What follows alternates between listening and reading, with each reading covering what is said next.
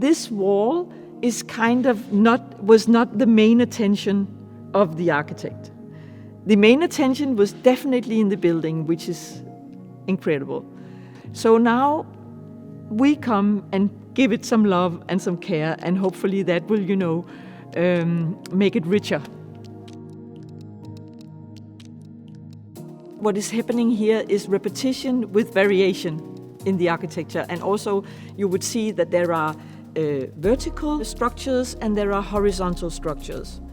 And if we look at the walls, we have these loudspeakers in the walls creating a kind of pattern or a rhythm. There is rhythm in the back wall, but there is no variation. The back wall was originally one specific profile, which is repeated all over. And for me, that really called for some variation to open up the surface, make it more spatial.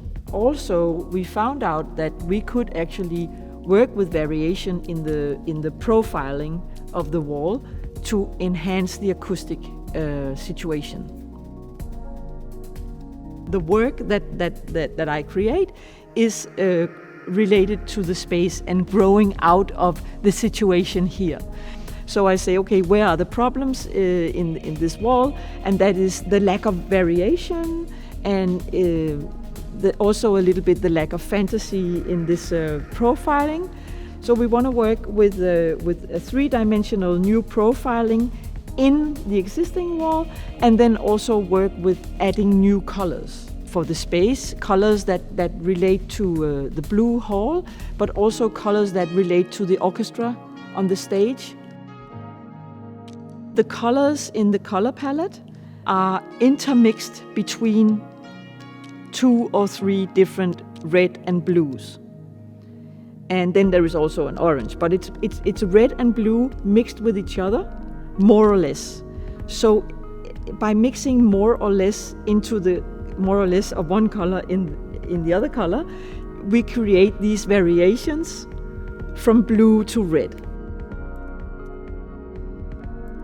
We want to make a big painting.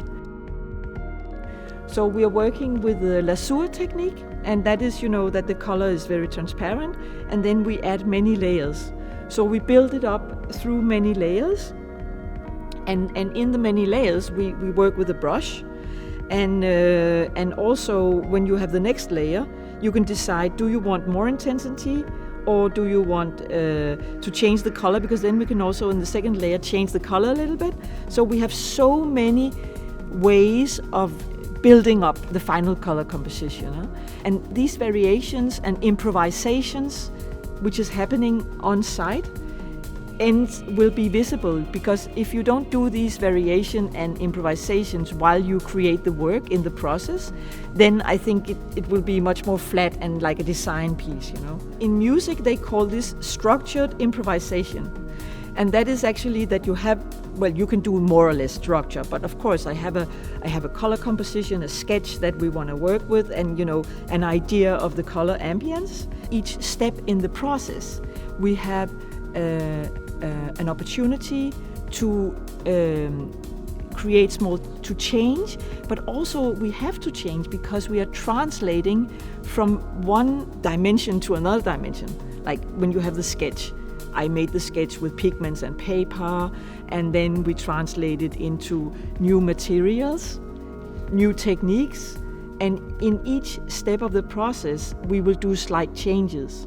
You need the structure, and you need to know what you're doing to get the freedom to improvise and change in the process. And that's where it's really fun, If you can't do that, then it's just going to be dead.